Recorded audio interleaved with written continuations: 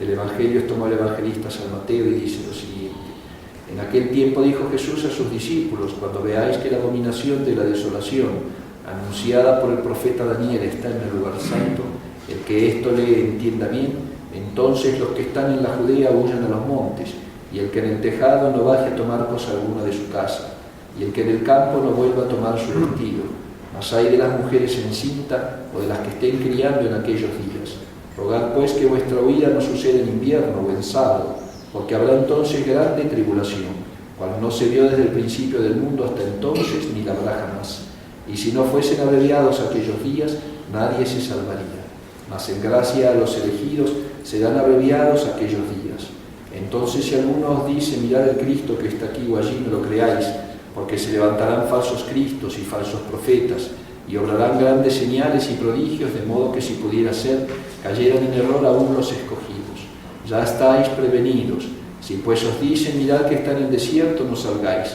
Mirad que está en las cavernas, no lo creáis, porque el relámpago sale del oriente y se deja ver hasta el occidente. Así será también la venida del Hijo del Hombre. Donde quiera que esté el cadáver, allí se juntarán también las águilas.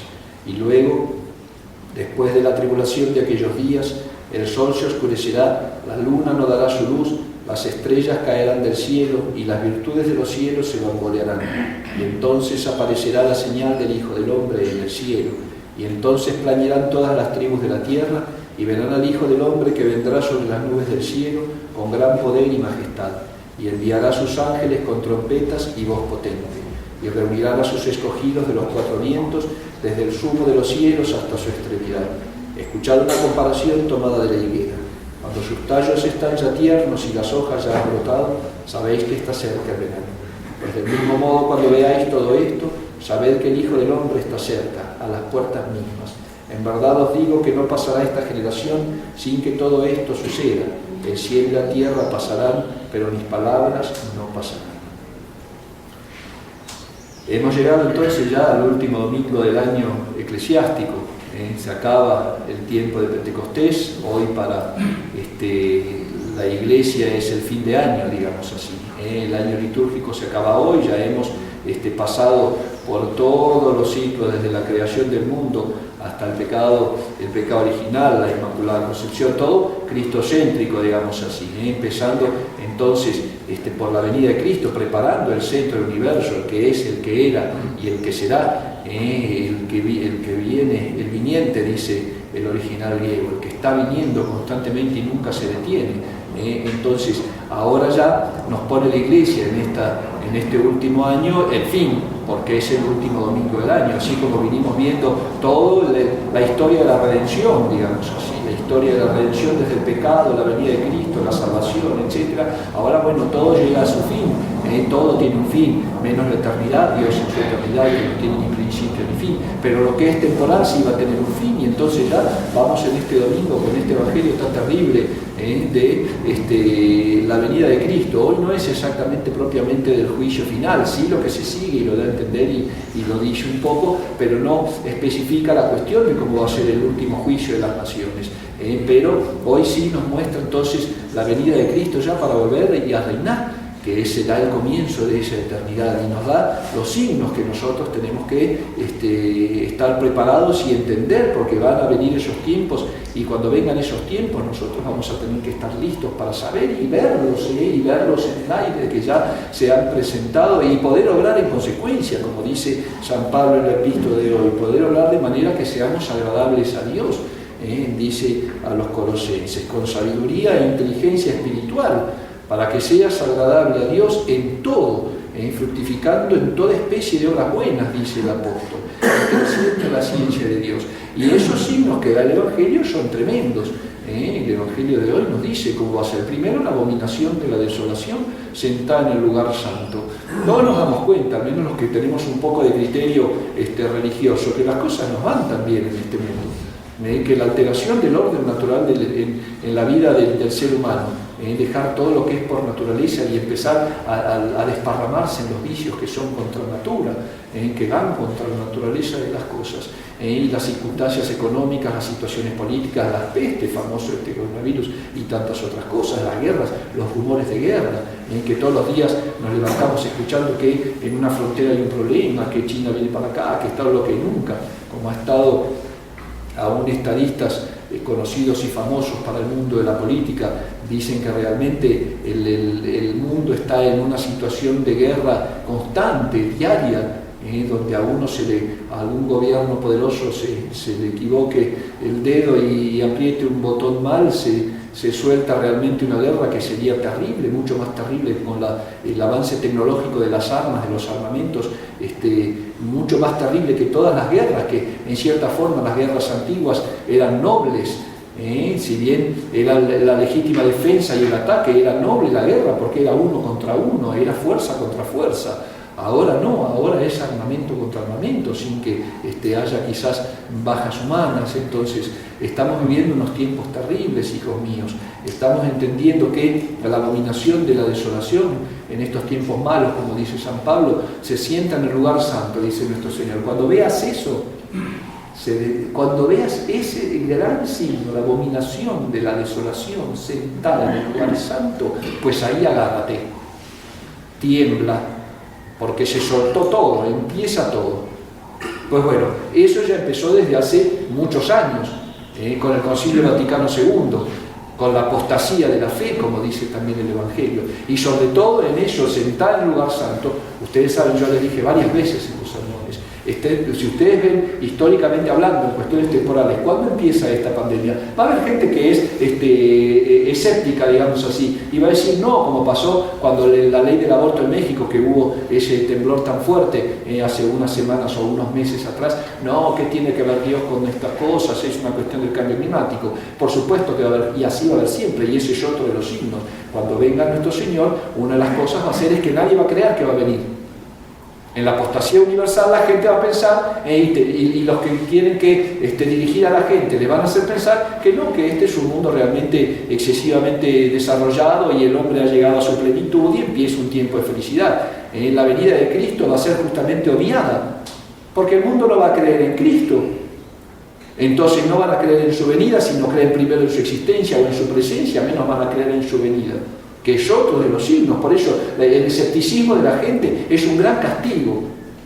Es un gran castigo que el ser humano ya no tenga más la facultad de entender el mundo sobrenatural, de poder elevarse de los sentidos, entrar en el mundo espiritual y ver y saber lo que van a pasar las cosas. Y la primera es la existencia de Dios, después todo el plan divino de la redención, de la providencia, de la creación, etc. Cuando el hombre se haga, como dice San Pablo, el hombre animal, que sabe de las cosas de Dios. El hombre que se deja arrastrar por sus sentidos, que puede entender de las cosas del Espíritu. Y el primer punto de la abominación de la desolación y de la cuestión de esta pandemia, cuando empezó, después de todo el acto idolátrico que se hizo a la Pachamama en el Vaticano, finales de febrero, principios de marzo, abril del año pasado, cuando al final tiraron el famoso idolillo de la Pachamama al río Tíber, que claro, flota. Fíjense cómo son esas cosas. Uno dice, no, una persona valiente agarra el ídolo y lo tira. Es un ídolo de madera balsa, porque es lo que se hace en esos traídos directamente de Brasil y de Perú, de la zona de los incas, en la selva así del Amazonas. Está hecho de madera porosa, que lo primero que hace es flotar. Eso no se hunde si no se levanta una piedra. Pues lo sacan del río Tíber, lo ponen en el altar de San Pedro, arriba de las reliquias de San Pedro, y lo inciensan. Eso hizo Bergoglio cuando se rescató el ídolo de la Pachamama en el río Tíber en Roma en abril del año pasado. Lo pone arriba del altar de San Pedro y lo inciensa, y ahí lo dejan mucho tiempo, y a partir de ahí cesa todo sacrificio. Claro que la misa nueva no es un sacrificio, pero a partir de ahí se cerraron los templos. Fue el primer paso. Es como les digo, si ustedes vienen mañana o el próximo domingo y encuentran una Santa Muerte aquí arriba de mi altar, y después de nuestro altar hacemos misa cantada y inciensamos a la Santa Muerte. ¿Me explico? La Pachamama era la diosa de los dioses, el mismísimo demonio. Como Tonantzin, creo que era así, me parece que era Tonantzin el nombre, porque son nombres difíciles. Tonantzin, la diosa de los dioses acá en México. Hija una de las cuales era Quitlagua, la diosa donde vino la Virgen Santísima en el Tepeyac a aplastarla, la que quieren hacer ahí en la imagen del sincretismo. Me explico, ponen al Dios de los dioses de la gente son demonios, dice las Sagradas Escrituras. Ponen a Lucifer arriba del altar de San Pedro, porque ya no es la apostasía de las naciones, es entronizar al demonio sobre el altar de Dios. Es la dominación de la desolación, y después ya que venía soltándose y preparándose para todo. La apostasía universal, y la consecuencia de la apostasía universal, que es la animalidad del ser humano, digamos así. Al no creer en Dios, ¿en qué vas a creer? En los mismos dioses que creían los paganos. En la lujuria, en la soberbia, en la ira, en la pereza, en el vicio, como los dioses de los romanos y de los griegos, como los dioses de todas las civilizaciones, de los bárbaros, de los aztecas, de donde busquen. Mientras no estaba el paganismo sin el Dios verdadero. Pero ahora digo, es peor porque es una apostasía. El mundo conoció la palabra de Cristo. El mundo conoció el Evangelio. Está partido antes de Cristo y después de Cristo. No es un mundo que cuenta los días conforme a las lluvias, al frío, al sol, al movimiento de las estrellas. Es un mundo que se rige contado antes de Cristo a partir de la venida de Jesucristo. Pues eso lo están negando. Ya no es un mundo donde Jesucristo reinaba. Fíjense ahora, por ejemplo, uno como se va informando en las grandes monarquías que quedan en Europa, que son protestantes, luteranas, modernistas, de lo que sea, que antes eran los grandes reinos católicos, cuando la tierra era un fiel reflejo del cielo, y los gobiernos se dejaban gobernar los pueblos por la filosofía del Evangelio, pues ahora hace unos días la muchacha que va a ser, según ellos, princesa heredera del reino de Holanda, ella cuando le preguntan, ¿y tú eres cristiana? Porque ellos son luteranos y calvinistas y un poco de todo, ella dice que sí, pero en una entrevista hasta saca un libro. Fíjense, ahora cualquiera escribe un libro, porque saca un libro y dice que sí, pero que ella no cree en un hombre que está en las nubes, no cree ella piensa que hay algo más allá. Imagínense que eso va a ser lo que reine después. ¿Qué idea le va a meter a todo un pueblo una persona que dice, no, bueno, para mí Dios no es un ser, es algo, es una cosa, algo más, termina diciendo, algo más. Eso va a ser una reina. Y no solamente eso, la misma constitución monárquica de Holanda, acaban de cambiarla hace 6 meses por el igualitarismo y por la identidad de género. Ahora ya están diciendo, por ejemplo, el Parlamento holandés, que el pueblo holandés puede ser gobernado por esta persona aun si se casara con una mujer. Es decir, que habría una reina y una princesa consorte. Si fuera casada con una mujer, estaría gobernando, sería la reina y su esposa. Fíjense, la dominación de la desolación, las cosas como van tirando. Hace 21 días atrás sacan una Biblia feminista, donde están reinterpretando los textos, teólogas católicas y protestantes en Europa. Porque además son las mujeres las que hacen, ya ahí no permiten hombres, porque cuando se mete un hombre se acabó el feminismo. Teólogas católicas y protestantes, modernistas, por supuesto, ellas dicen católica, pero son modernistas. Están reinterpretando la Biblia, y todos los pasajes bíblicos donde está el heteropatriarcado, digamos así, o el patriarcado machista, fíjense a lo que llegan, que dicen que pueden ponerse a Dios la ideología o la identidad de una mujer. Hasta eso llegan, teólogas aprobadas por el modernismo y por toda la Comisión de las Iglesias Evangélicas de Europa. ¿Me explico? Es terrible.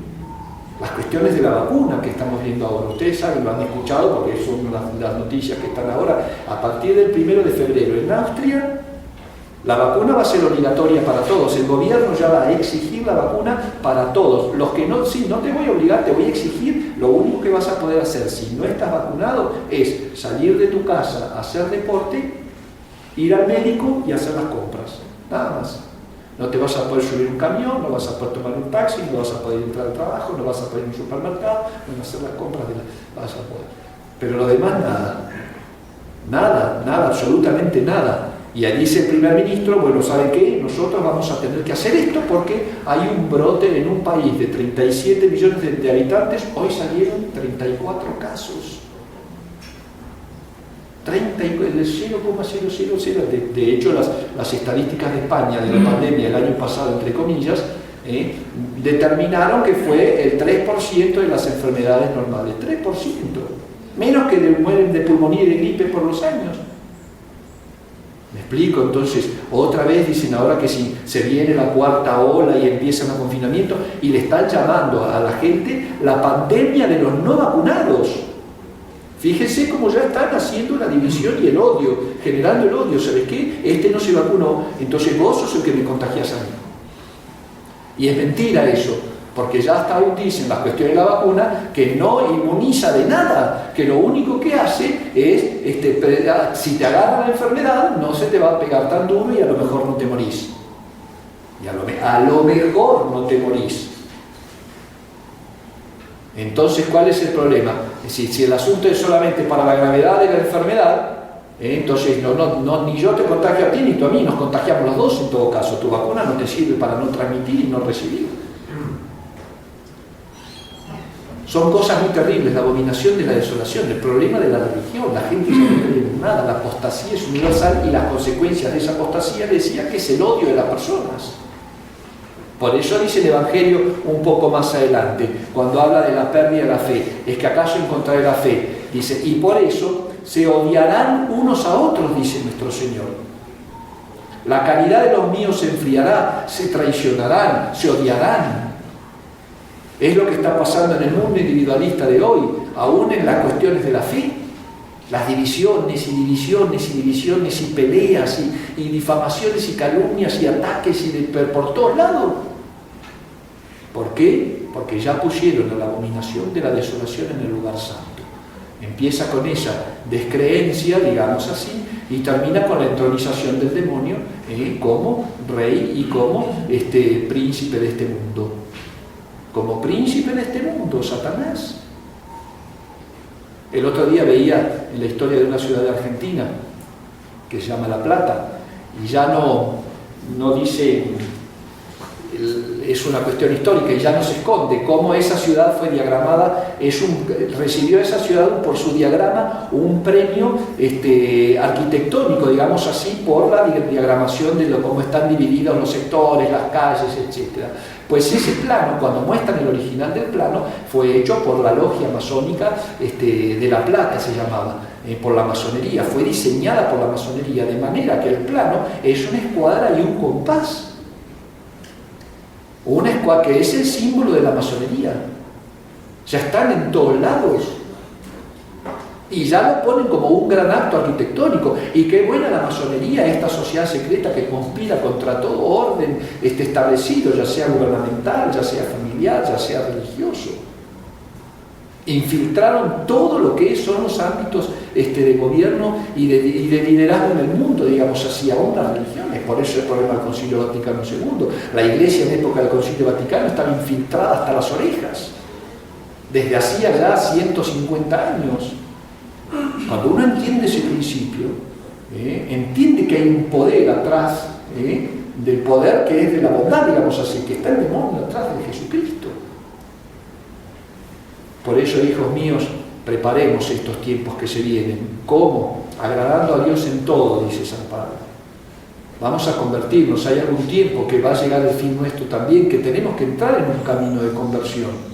La vida se acaba, hijos míos, y lo estamos viendo ahora. El otro día, desgraciadamente,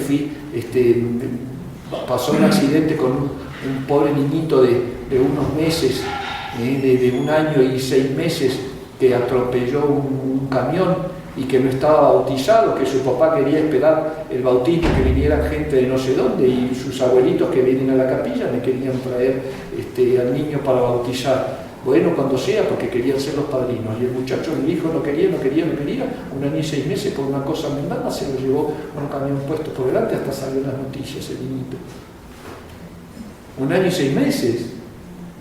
¿Me explico? No solamente los viejos nos morimos, también los pequeños y los jóvenes. Dios sabe quién nace, quién no alcanza a llegar a ver la luz del día, quién muere en el ocaso de su vida, quién muere en la juventud y en la plenitud.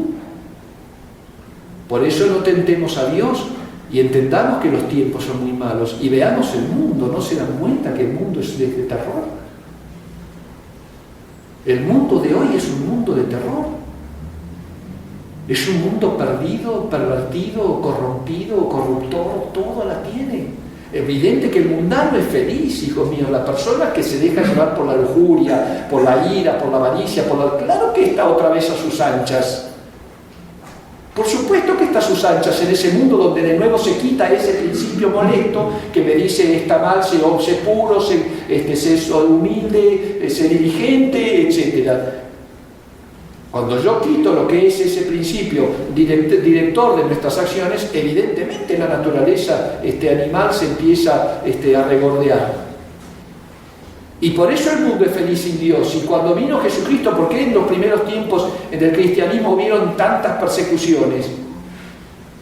Donde a los pobres mártires les hacían cosas horribles porque predicaban a Jesucristo. Porque molestaban. Porque en el mundo pagano, si a mí me dicen que hay una diosa de la fertilidad y del amor y puedo ser una bestia animal en cuestiones de la carne, evidente que si me vienen a decir no, eso es un pecado, no vas a poder entrar al cielo, tienes que ser puro, tienes que ser continente, casto, etcétera, todo lo que sea, claro que me va a molestar. Y voy a respingar y voy a tratar de sacarme ese yugo de encima. Pues es lo que hizo el mundo actual. Pues nosotros no, hijos míos, nosotros somos católicos. Y gracias a Dios que somos católicos. Si bien vamos a luchar contra la naturaleza caída en esta vida, cuando nos agarre la muerte tenemos una eternidad de gozo. Tenemos una felicidad eterna. Por eso vale la pena las cosas del sufrimiento de esta tierra. Dice la imitación de Cristo, ríe, llora, canta, escribe, lee. Sobrelleva con valor las adversidades. La vida eterna vale bien esas cruces y otras más, dice.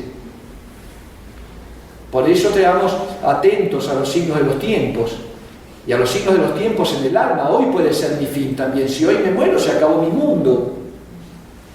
Y si yo entro en mi corazón ahora, si ustedes hacen una reflexión y hacemos una reflexión en nuestros corazones, la abominación de la desolación se sentó en mi alma.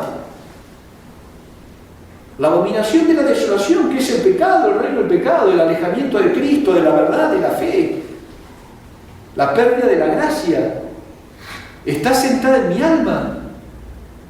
Porque el alma es un lugar santo, el alma de un bautizado es un templo del Espíritu Santo. ¿Quién reina adentro ahora? La indiferencia, la apostasía, la impureza, la avaricia, la soberbia, la gula, la ira. Pidámosle a la Santísima Virgen María que nos haga realmente almas reflexivas y meditativas, almas que sepamos entrar en nuestros corazones y entender el proceso de los tiempos. No estamos en este mundo como los perritos y los animalitos para ser felices aquí abajo. Nuestra vida es trascendente y así tenemos que vivirla, porque realmente por lo más importante, que es lo espiritual. Pidámosle a María Santísima que nos haga almas de fe y de fe llevadas a las obras. Porque los tiempos son malos, son muy malos, hijos míos. Y a cuando menos penséis, dice nuestro Señor en el Evangelio de hoy, verás venir a Dios en su gran gloria y majestad. Y no se olviden que eso va a pasar. No caigamos en la ignorancia y en la indiferencia de los mundanos que no quieren que Cristo vuelva. Pues Cristo volverá, hijos míos, y está cerca. Y llevemos la cruz de cada día con entereza cristiana. Y maduremos el alma para poder el día de mañana conocer la verdad eterna que es Dios. Para que después de haber atravesado el mar tormentoso de esta vida, podamos ser recibidos en ese banquete eterno que Jesucristo tiene preparado para aquellos que le aman. Ave María Purísima. En el nombre del Padre, y del Hijo, y del Espíritu Santo.